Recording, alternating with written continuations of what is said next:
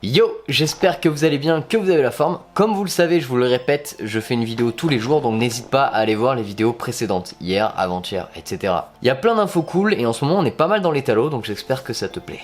Tu peux également me rejoindre sur Instagram, on va faire une FAQ là très prochainement, donc n'hésite pas à m'envoyer tes questions. Allez, c'est parti, aujourd'hui on va voir comment se servir du qualifier.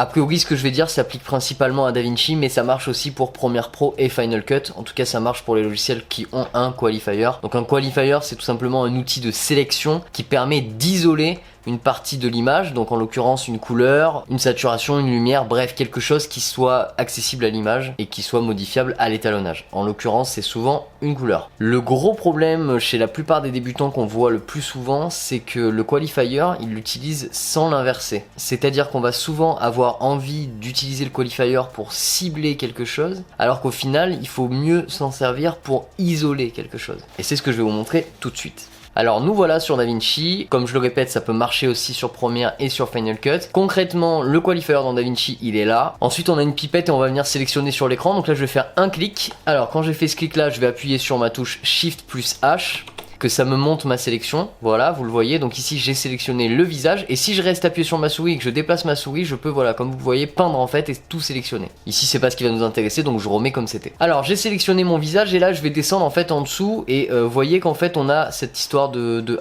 HUE, saturation, luminance. Déjà première info c'est qu'on peut désactiver, c'est-à-dire qu'on peut agir si on veut que sur certains paramètres. En l'occurrence là on va agir sur tous les paramètres, c'est-à-dire qu'on va prendre en compte dans notre qualifier la saturation, la luminance et le HUE donc les couleurs. Mais si vous cherchez par exemple à prendre uniquement une couleur, peu importe son niveau de lumière, peu importe son niveau de saturation, vous pouvez très bien décocher tout le reste sauf le HUE. Donc ici on va pouvoir le modifier soit dans les petites cases, soit directement à la main comme ceci, en bougeant tout simplement le paramètre. Concrètement ce qu'il faut retenir c'est que c'est très visuel, donc c'est à dire que si votre couleur c'est l'orange, bon ben voilà vous avez l'orange devant vous et vous avez qu'à élargir pour choper de la couleur. Voilà, c'est très simple, c'est pas plus compliqué que ça. Le côté soft c'est tout simplement pour adoucir si vous voulez entre l'étalage d'une couleur à une autre. Pareil la saturation va vous permettre d'isoler encore plus. Donc ici moi ce qui m'intéresse c'est vraiment la partie de son visage, donc on va dire que là ça me suffit amplement. Et la luminance, mais ici il va être complètement inutile puisque de toute façon notre visage est déjà dans les standards de lumière, il est au milieu. Donc ici moi il y a un petit paramètre que j'aimerais rajouter, c'est le blur radius. Ensuite on va appuyer sur Shift H et là on a notre image et on a notre visage qui est sélectionné, donc notre peau on va dire. À ça va se poser souvent une erreur assez commune. Cette erreur commune c'est d'avoir ce visage isolé et de se dire tiens on va colorier ce visage là. Donc l'erreur la plus commune c'est souvent de vouloir faire un teal and orange, donc du coup de pousser par exemple sa peau, vous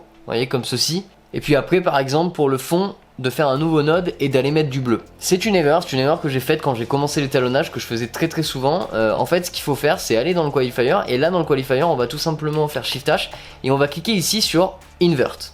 Bam, là vous voyez qu'en fait ce qui est blanc c'est ce que on ne va pas modifier. Tout le reste on va le modifier et c'est là que justement on va pouvoir opter pour des bons résultats. Par exemple si on voulait faire un teal and orange, il nous suffirait de bouger le gamma légèrement vers le teal et vous voyez que paf, on a déjà un super look. Donc là on a un super look et on n'a absolument pas touché à sa peau. Bref c'est super, ça permet comme vous pouvez le voir de créer des looks. En admettant que vous voudriez faire des modifications car le résultat ne vous convienne pas, rien ne vous empêche de modifier encore vos paramètres. Voici par exemple si vous voulez là on peut garder tout le côté du visage, vous voyez. Donc là j'avais pas tout à fait tout le visage entier, là maintenant j'ai tout le visage entier. Moi je préfère quand c'est comme ça, quand on voit pas l'autre côté, mais si on veut on peut tout garder. Voilà, et là on a une belle modif, on a un beau teal and orange entre guillemets, on a un petit look en tout cas qui est fait et ça c'est très chouette, très chouette. Bon je pense que vous avez compris l'idée, maintenant je vais vous montrer un deuxième exemple histoire de confirmer tout ça. Ok donc je vais vous montrer un deuxième exemple, on va prendre son qualifier, ici comme vous pouvez le voir on est sur deux protagonistes donc ça va être assez facile à choper, il y a pas mal de peau. Par contre c'est un peu tout dans le même ton donc ça va être peut-être un peu plus délicat pour bien rester sur les peaux et surtout il va falloir élargir un petit peu. Donc là voici on va essayer d'élargir, vous voyez ça marche bien, on fait bien gaffe à la saturation, je préfère en avoir un petit peu plus sur celle-ci que moins. Ok donc là j'ai un truc qui me semble pas trop mal, on va faire invert comme tout à l'heure et cette fois-ci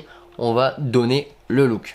Donc ici ce qui va m'intéresser c'est de donner un look, donc pour ça je vais prendre l'offset directement et je vais aller chercher un petit teal comme ceci, voilà, et là j'ai un look, vous voyez du coup avant et après. Là on a un look qui clairement est radicalement différent, vous pouvez le voir hein, avant et après, et on n'a pas touché aux peaux, je sais pas si ça vous saute aux yeux mais Concrètement, c'est ce qui est le plus intéressant. Après, il y a des zones d'ombre assez bleutées. Donc ici, c'est assez bleuté. Là, dans son cou, c'est assez bleuté. Alors ça s'enlève et on le verra dans un autre tuto, puisque vous allez voir qu'il y a d'excellentes solutions pour balancer ces basses et ces hautes lumières en termes de couleurs. Et voilà, ce sera l'objet d'un prochain tutoriel.